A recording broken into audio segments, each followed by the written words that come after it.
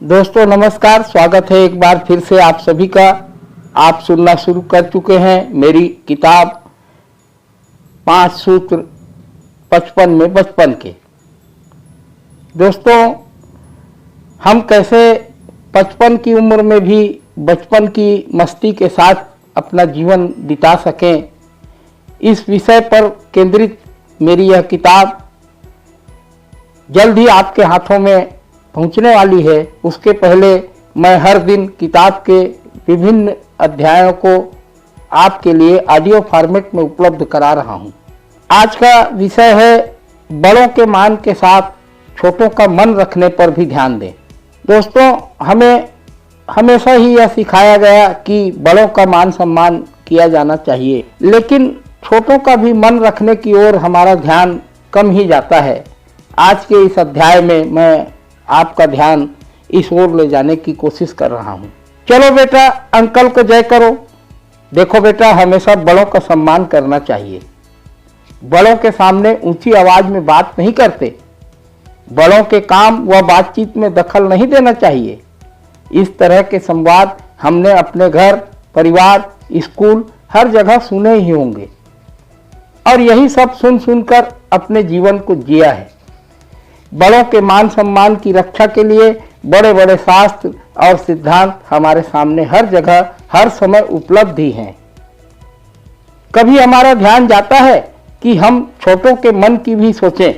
जितना बड़ों का आशीर्वाद असरकारक है, उससे कहीं ज्यादा असरकारक छोटों की दुआएं होती हैं।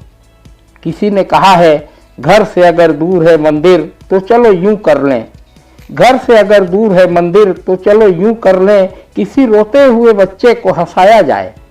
क्या मतलब? मतलब ये कि मंदिर मस्जिद जाकर पूजा अर्चना करने के बराबर ही दर्जा किसी रोते हुए बच्चे को हंसाने को दिया गया है। यह विचारणीय तथ्य है कि क्या घर के सारे बड़े मिलकर अपने से छोटों को नैतिकता का पाठ पढ़ाने के लिए ही अवतरित हुए हैं। घर परिवार में छोटों से संवाद के कुछ उदाहरण देखें। बंटी, इधर आओ। ये देखो क्या पूरा सामान बिखेर कर रखा है। तुम कभी नहीं सुधर सकते। जिंदगी में तुम कुछ नहीं कर पाओगे। तुम तो बिल्कुल गधे हो, मूर्ख हो। इस तरह के संवाद से बाल मन पर बुरा असर होता है और दूरगामी समय में गहरी नकारात्मकता घर कर जाती है। अब यदि हम अपने जीवन की सार्थकता पाना चाहते हैं और अपने लिए सुख, शांति, संतोष और आनंद की चाहत रखते हैं तो एक विस्तृत कार्य योजना छोटों का मन रखने के लिए बनानी होगी। एक स्कूल जाने वाले छोटे से बच्चे से लेकर एक युवा दंपत्ति और प्रौढ़ उम्र के लोग भी छोटों की भूमिका में पाए जा सकते हैं। हर आयु वर्ग के लिए हमारा एक्शन तैयार रहे, यह हमारी जवाबदेही बनती है।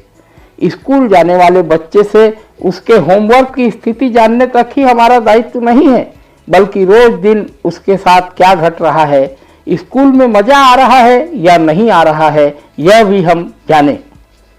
विशेष रूप से घर में लिए जाने वाले किसी भी छोटे बड़े निर्णय में व्यक्तिवादी ढांचा हमारे समाज में देखने मिलता है। घर पर पकने वाली सब्जी से लेकर घर पर खरीदी जाने वाली कार का निर्णय मुखिया द्वारा ही होता है। हम निर्णय प्रक्रिया में छोटों की सहभागिता बनाकर घर परिवार के माहौल में सकारात्मकता का संचार कर सकते हैं। इस प्रक्रिया से छोटों के मन में अस्तित्व बोध जागृत होगा और उन्हें अपना महत्व समझ में आएगा।